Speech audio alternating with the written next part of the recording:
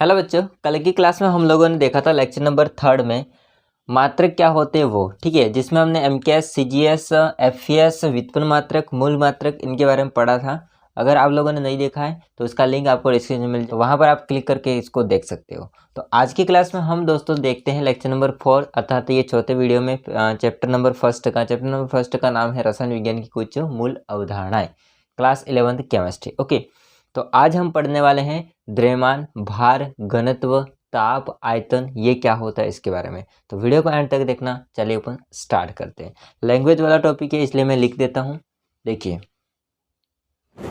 हाँ दोस्तों, अब हम समझते हैं कि द्रव्यमान और भार ये क्या है, अलग अलग। देखो दोस्तों, हालांकि हम लोग बोलते हैं कि जो भी मेरा द्रव्यमान है वो मेरा भार है, और किसी वस्तु का द्रव्यमान है वो उसी का भार है, मतलब भार और द्रव्यमान एक ही होते हैं, ये हम लोग कहते हैं। बट एक्चुअल में क्या होता है वो आज आप लोग समझोगे क्या होता है। देखो दोस्तों, द्रव्यमान का मतलब होता है क्या? द्रव्यमान का मतलब ये है कि दोस्तों कोई भी पदार्थ है, उस पदार्थ की जितनी भी मात्रा है वो इसका द्रव्यमान है। कहने का मतलब जो भी मेरा भार है, अब मैं भार बोल रहा हूँ, समझना ध्यान से, लेकिन मेरा भार नहीं, मेरी जितनी भी बॉडी में जितनी भी मात्रा है वो सारा क्या कहलाता है? द्रव्यमान कहलाता है। जैसे ये मार्कर है, उस मार्कर में जितना भी उस मार्कर मतलब पदार्थ हो गया, द्रव्य हो गया, तो इसकी जो भी मात्रा है वो दोस्तों क्या कहलाता है? द्रव्यमान कहलाता है। और द्रव्यमान हमेशा क्या रहता है? स्थिर रहता है, फिक्स रहता है। अब भार का मतलब क्या है? भार का मतलब दोस्तों ये है, अब यहाँ पर ध्यान समझना, मैंने बात की मार्कर की, तो मार्कर का द्रव्यमान तो फिक्स है, बट दोस्तों अगर मैं इसको भार की बात करूँगा तो इस पर जो भी गुरुत्व बल लगता है उस गुरुत्व बल के हिसाब से इसका जो भी द्रव्यमान है, ठीक है, या उसका गुरुत्व बल है, उसी के साथ में वो कहलाता है उसका भार। मतलब समझ में आया? देखिए, द्रव्यमान का मतलब होता है कि इसके अंदर जो भी मटेरियल है उसकी जो भी मात्रा है वो कहलाता है द्रव्यमान। बट इस मार्कर को गुरुत्व बल भी खींच रहा है, तो अपना जो जोर लगा रहा है उसी के साथ में जो भी इसका द्रव्यमान है वो क्या कहलाता है? भार कहलाता है। जो भी मेरा द्रव्यमान है उसी के साथ में मेरे ऊपर जो भी गुरुत्व बल लग रहा है उसी के साथ क्या कहलाता है? उसका भार।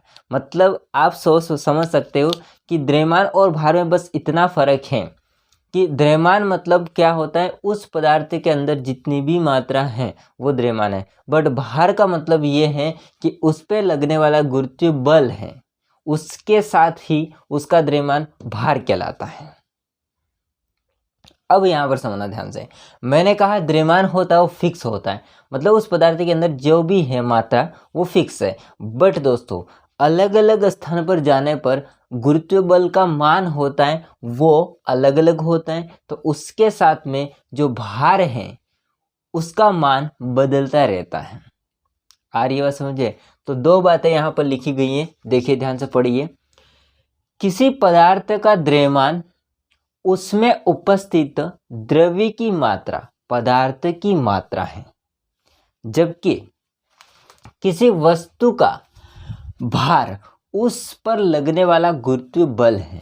तो कोई भी वस्तु का भार उस पे लगने वाला गुरुत्व बल है, या गुरुत्व बल सहित द्रव्यमान, ये भी बोल सकते हैं आप लोग, ठीक है। किसी पदार्थ का द्रव्यमान स्थिर होता है, पदार्थ का द्रव्यमान होता है वो स्थिर रहता है, परंतु उसका भार गुरुत्व में परिवर्तन, परंतु उसका भार जो होता है वो गुरुत्व में परिवर्तन के कारण एक स्थान से दूसरे स्थान पर अलग अलग हो सकता है। तो जो आपका भार है वो गुरुत्व बल के कारण से एक स्थान से दूसरे स्थान पर अलग अलग हो सकता है, लेकिन द्रव्यमान फिक्स स्थिर रहता है। तो ये बात हो गई। एंड आगे बात की गई है कि ऐसा ही मात्रक द्रव्यमान होता है, इसका ऐसा ही मात्रक होता है किलोग्राम। क्या होता है? किलोग्राम। और छोटा मात्रक होता है ग्राम। अब आपको पता होगा कि 1 किलोग्राम होता है, उसमें कितने ग्राम होते हैं? तो 1 किलोग्राम में दोस्तों 1000 ग्राम होते हैं। कितने होते हैं? 1000 ग्राम होते हैं, ये ध्यान रखना। नेक्स्ट हो जाएगा दोस्तों आयतन, वॉल्यूम। आयतन का मतलब होता है स्थान, कोई भी वस्तु है उसके द्वारा घेरा गया जितना स्थान, उसके द्वारा घेरा गया स्थान आयतन कहलाता है। किसी पदार्थ द्वारा घेरे हुए स्थान को आयतन कहते हैं। ठीक, अब इसका मात्रक कैसे निकालते हैं? देखिए, हालांकि आपको पता होगा आयतन होता है वो क्या होता है, इसका सूत्र क्या होता है। तो इसका सूत्र होता है, आप लोगों ने 10th क्लास में पढ़ा होगा, लंबाई इंटू चौड़ाई इंटू ऊंचाई। तो आयतन के लिए ये हो जाएगा। अब देखो, लंबाई भी एक तरह की लंबाई है, चौड़ाई भी एक तरह की लंबाई है, ऊंचाई भी एक तरह की लंबाई है। इसका मतलब हम इनके दो पद्धति के हिसाब से देखेंगे। पहला हम देखेंगे एमकेस पद्धति के हिसाब से। तो एमकेस पद्धति के हिसाब से मात्रक क्या होगा एमकेस पद्धति में? तो लंबाई, देखिए इसको फुल फॉर्म बता देता हूँ मैं। एम का मतलब होता है यहाँ पर दोस्तों मीटर, के का मतलब होता है किलोग्राम, एस का मतलब होता है सेकंड। यानी कि हम लोग लंबाई को मीटर में और द्रव्यमान को किलोग्राम में और समय को सेकंड में मापते हैं, या इससे व्यक्त किया जाता है, उसे हम एमकेएस पद्धति कहते हैं। तो लंबाई की जगह क्या हो जाएगा दोस्तों? लंबाई की जगह हो जाएगा मीटर, तो यहाँ पर हो जाएगा मीटर, इंटू चौड़ाई क्या है, वो भी एक तरह की लंबाई, तो क्या हो जाएगा मीटर, और ऊंचाई भी एक तरह की लंबाई है, तो क्या हो जाएगा मीटर। तो क्या हो जाएगा यहाँ पर मीटर का क्यूब, इसको हम क्या बोलेंगे घन मीटर। ठीक, नेक्स्ट सीजीएस पद्धति में हम देखते हैं। सीजीएस की फुल फॉर्म मैंने ये कल पढ़ाया था आप लोगों को। सी का मतलब होता है सेंटीमीटर, जी का मतलब होता है ग्राम, और एस का मतलब होता है सेकंड। इसमें जिसको मापा जाता है, सी का मतलब होता है सेंटीमीटर मतलब लंबाई को मापने के लिए, ग्राम द्रव्यमान को मापने के लिए, सेकंड समय को। तो यहाँ पर तीनों की तीनों क्या है लंबाई है, अर्थात इसको किस में मापेंगे सेंटीमीटर में, यहाँ पर मीटर में था एमकेएस में। अब हो जाएगा centimetre into centimetre into centimetre, तो कितना हो जाएगा सेमी क्यूब, सेमी क्यूब इसको बोलेंगे घन सेंटीमीटर या घन सेमी, घन सेंटीमीटर घन सेमी।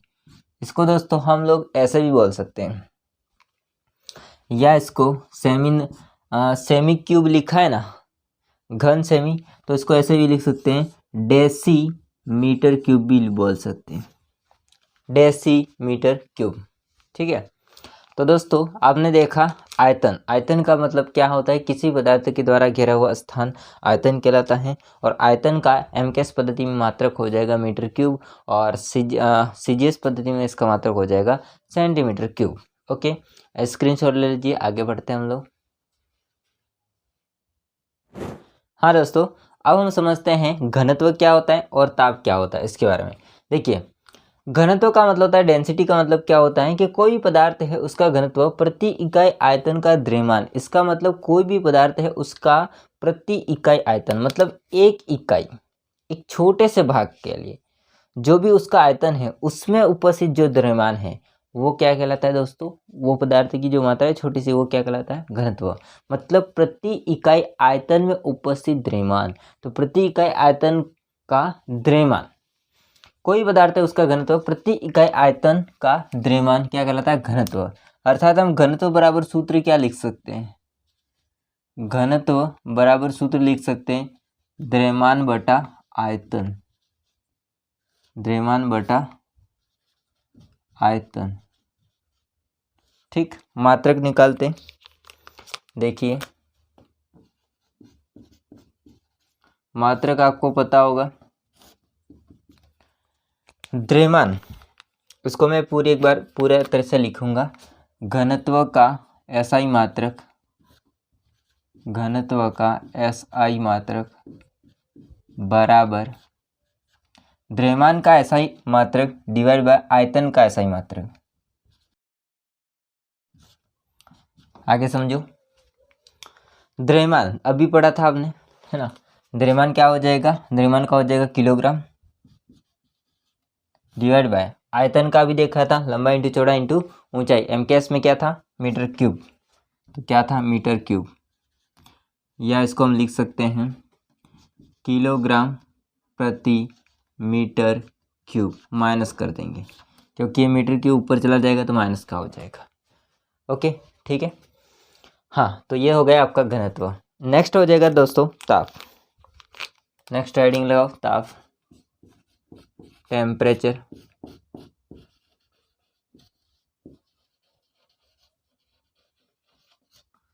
टेम्परेचर की हम बात करते हैं दोस्तों, तो इसको मापने के लिए 3 हम लोग पैमाने से इसको मापेंगे।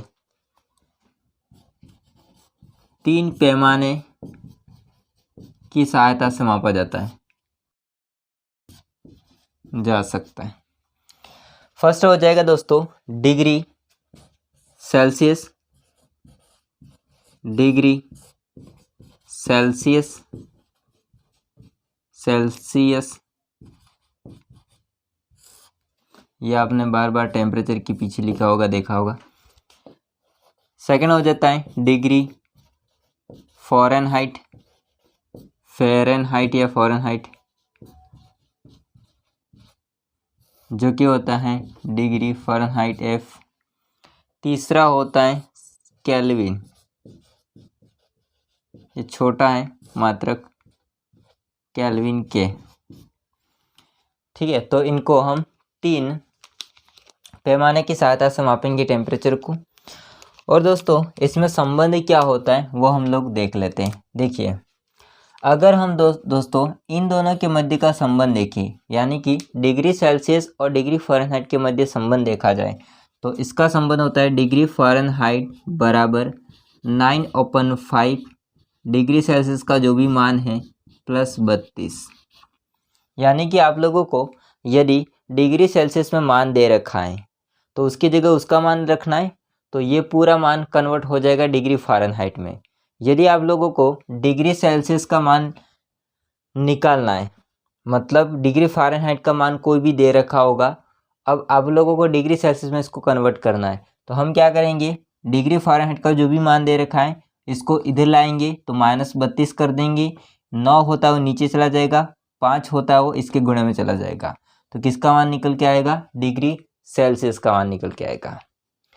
यदि दोस्तों डिग्री सेल्सियस और केल्विन के मध्य संबंध देखा जाए, समझना ध्यान से, डिग्री सेल्सियस और केल्विन के मध्य अगर संबंध देखें तो इनके मध्य संबंध होता है केल्विन बराबर जो भी डिग्री सेल्सियस का मान है प्लस 273.15। तो जो भी डिग्री सेल्सियस का मान दे रखा है उस मान में हम लोग 273.15 जोड़ देंगे तो वो मान किस में कन्वर्ट हो जाएगा, केल्विन में। यदि हमको केल्विन में मान दे रखा है, उस केल्विन के मान को डिग्री सेल्सियस में मान में कन्वर्ट करना है, तो हम क्या करेंगे, ये 273.15 है इसको इधर भेज देंगे, तो जो भी केल्विन का मान है उसमें से इसको माइनस कर देंगे तो डिग्री सेल्सियस का मान निकल के आ जाएगा। तो ये इनके मध्य संबंध होता है। तो हम लोगों ने पढ़ा यहाँ पर घनत्व, ताप, द्रव्यमान, भार, इसके बाद हमने पढ़ा दोस्तों आयतन। तो दोस्तों ये टॉपिक था आज की क्लास में। आई होप को सारा समझ में आया होगा। बाकी वीडियो कैसा लगा है वो कमेंट करके बताइएगा, अपने दोस्तों में शेयर कीजिए। वीडियो अच्छा लगा हो तो लाइक करना, चैनल को सब्सक्राइब नहीं किया कर देना। मिलते नेक्स्ट वीडियो में, तब तक के लिए जय हिंद, वंदे मातरम। स्क्रीनशॉट ले लो।